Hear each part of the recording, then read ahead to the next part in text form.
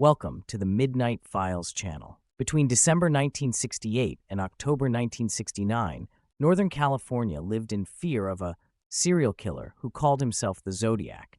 But this killer wasn't content simply to murder. He wanted recognition, he wanted to taunt authorities, and he wanted to prove his intelligence was superior to everyone pursuing him. To accomplish this, he sent a series of letters to Bay Area newspapers, and within those letters were cryptograms, complex ciphers that would become some of the most analyzed codes in criminal history. The Zodiac Killer sent 4 distinct ciphers to newspapers and police. 2 have been solved. 2 remain unsolved to this day. This is the story of those ciphers and the decades-long effort to crack them. The crimes themselves were brutal and terrifying. On December 20th, 1968, 17-year-old David Faraday and 16-year-old Betty Lou Jensen were shot to death on Lake Herman Road near Benicia, California. On July 4th, 1969, 22-year-old Darlene Farron and 19-year-old Michael Mageau were shot in a parking lot in Vallejo. Farron died, but Mageau survived. On September 27, 1969, 22-year-old Cecilia Shepard and 20-year-old Brian Hartnell were stabbed at Lake Berryessa in Napa County. Shepard died 2 days later from her injuries, but Hartnell survived. On October 11, 1969, 29-year-old cab driver Paul Stein was shot and killed in San Francisco's Presidio Heights neighborhood. 7 people attacked across 4 separate incidents. 5 died, 2 survived. These are the confirmed victims of the Zodiac Killer. Shortly after the 1969 attacks began, the killer started sending letters. On July 31st, 1969, 3 Bay Area newspapers, the San Francisco Chronicle, San Francisco Examiner, and Vallejo Times-Herald each received identical letters. Each letter contained 1/3 of a 408-character cipher, creating a complete cryptogram when the 3 parts were combined. The killer's message was clear: publish all 3 parts of this cipher on your front pages, or he would kill again. He claimed the cipher contained his identity.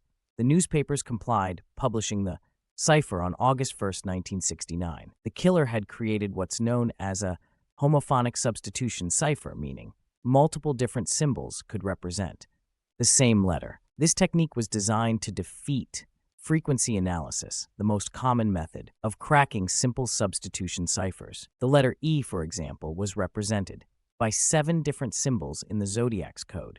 The letter T had 4 different symbols. This made the cipher significantly more difficult to solve than a simple one-to-one substitution. But the Zodiac had underestimated the determination of ordinary citizens. Donald Hardin, a high school teacher in Salinas, California, and his wife Betty decided to tackle the cipher.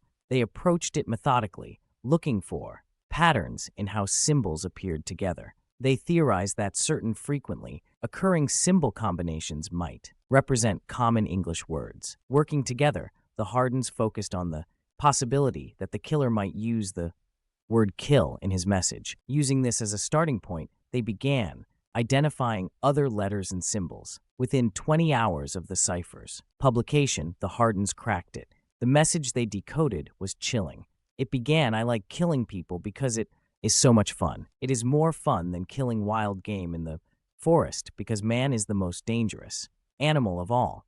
The message continued with bizarre statements about collecting slaves for an afterlife and threatening more violence. However, the final 18 characters of the 408-character cipher could not be decrypted using the same method, and to this day, no accepted solution exists for that final section. Some have speculated it might contain the killer's real name, but this remains unproven. On November 8th, 1969, the San Francisco Chronicle received another cipher from the Zodiac. This one contained 340 characters arranged in a grid of 20 rows and 17 columns.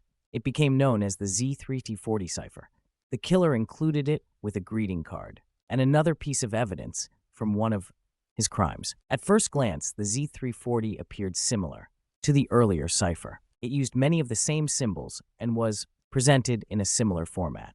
Cryptographers immediately applied the solution that had worked for the 408-character cipher. It didn't work. The Zodiac had learned from having his first cipher solved so quickly and had made this one significantly more complex. For 51 years, the Z340 cipher resisted all attempts at decryption. Amateur cryptographers and professional code breakers attacked it with every technique available. The FBI tried to crack it. Academic researchers developed sophisticated computer programs to test millions of possible solutions. Nothing worked. The cipher became legendary in cryptographic circles, one of the most famous unsolved codes in history. Many began to wonder if the cipher even contained a real message, or if the Zodiac had simply created a meaningless jumble of symbols to waste everyone's time.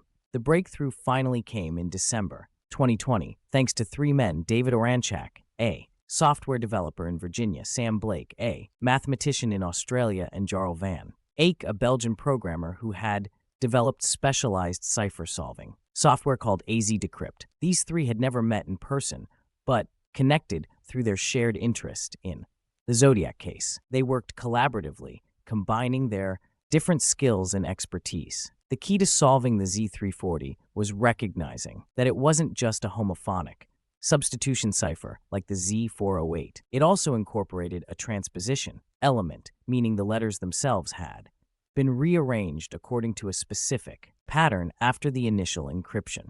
The team discovered the cipher needed to be read diagonally rather than left to right.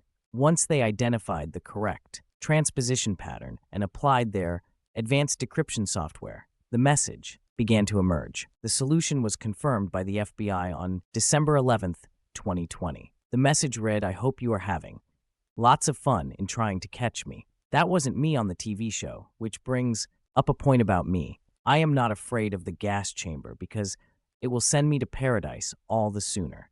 Because I now have enough slaves to work for me where everyone else has nothing when they reach paradise, so they are afraid of death. I am not afraid because I know that my new life will be an easy one in paradise. Death. The message contains several misspellings which the team believed were genuine errors by the Zodiac rather than intentional obfuscation. The reference to a TV show related to an incident on October 22, 1969, when someone claiming to be the Zodiac called into a live television program. Many believed it was a hoax caller, and the cipher message appeared to be the real Zodiac, denying it was him. The message revealed the killer's obsession with attention and his desire to prove his superiority, but it did not reveal his identity.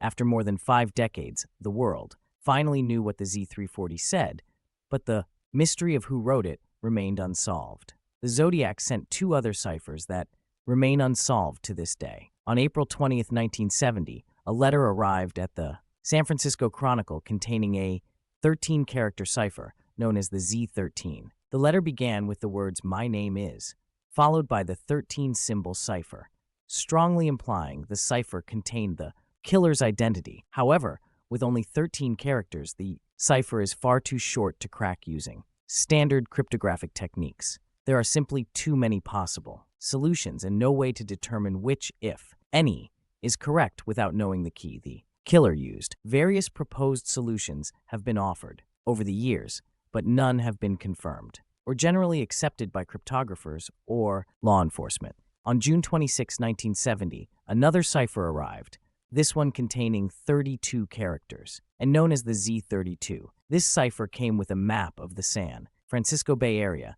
and was accompanied by a letter threatening to blow up a school bus. The killer claimed the cipher indicated where the bomb was placed. Fortunately, no such bombing ever occurred, and many believe the threat was simply another attempt to generate fear and publicity. Like the Z13, the Z32 remains unsolved. With only 32 characters, it presents similar challenges to cryptographic analysis as the shorter cipher. The last confirmed communication from the Zodiac was received in January 1974, a letter to the San Francisco Chronicle that made reference to the horror film The Exorcist. After that, the letters stopped. The killer, whoever he was, seemed to simply vanish. Over the years, thousands of suspects have been investigated. The most commonly mentioned was Arthur Lee Allen, a convicted child molester who died in 1992, but DNA evidence and other factors have failed to definitively link him or anyone else to the crimes. The case remains open in multiple California jurisdictions. The solving of the Z340 cipher in 2020 demonstrated that even after 51 years, new techniques, and persistent effort could unlock mysteries that seemed permanently sealed. However, it also showed the limitations of cryptography in solving crimes. The cipher revealed the killer's mindset, his motivations, and his psychology, but it did not reveal his name or provide evidence that could lead to his arrest. The Z13 and Z32 ciphers remain mathematical puzzles without enough data to solve conclusively. Unless new evidence emerges or unless someone with direct knowledge comes forward, these codes will likely remain unsolved. The Zodiac Killer's ciphers represent a unique intersection of criminal investigation and cryptographic challenge. They've inspired countless amateur detectives, professional cryptographers, and true crime enthusiasts to devote thousands of hours to their analysis. Books have been written, documentaries produced, and online communities formed, all dedicated to cracking these codes and identifying the killer. The ciphers have become cultural artifacts, symbols of an era when a serial killer could terrify an entire region and then disappear without a trace. What we know for certain is this: between 1968 and 1969, a killer murdered 5 people in Northern California. He sent letters and ciphers to newspapers, taunting authorities and the public. He claimed responsibility for far more murders than can be confirmed. 2 of his 4 ciphers have been solved, revealing messages that prioritize ego and attention-seeking over substance. 2 remain unsolved, perhaps forever. And the killer himself, despite one of the most intensive manhunts in American history, was never identified or caught. The Zodiac case remains one of the most famous unsolved mysteries in criminal history. The ciphers he created, particularly the Z340 that took 51 years to crack, stand as testament to both human ingenuity in creating codes and human persistence in solving them. But they also remind us that some mysteries, despite our best efforts and most advanced technology, may never be fully resolved. The identity of the Zodiac Killer remains unknown. California's most wanted may have taken his secrets to the grave. Please like and subscribe, and I'll see you in the next video. Thank you.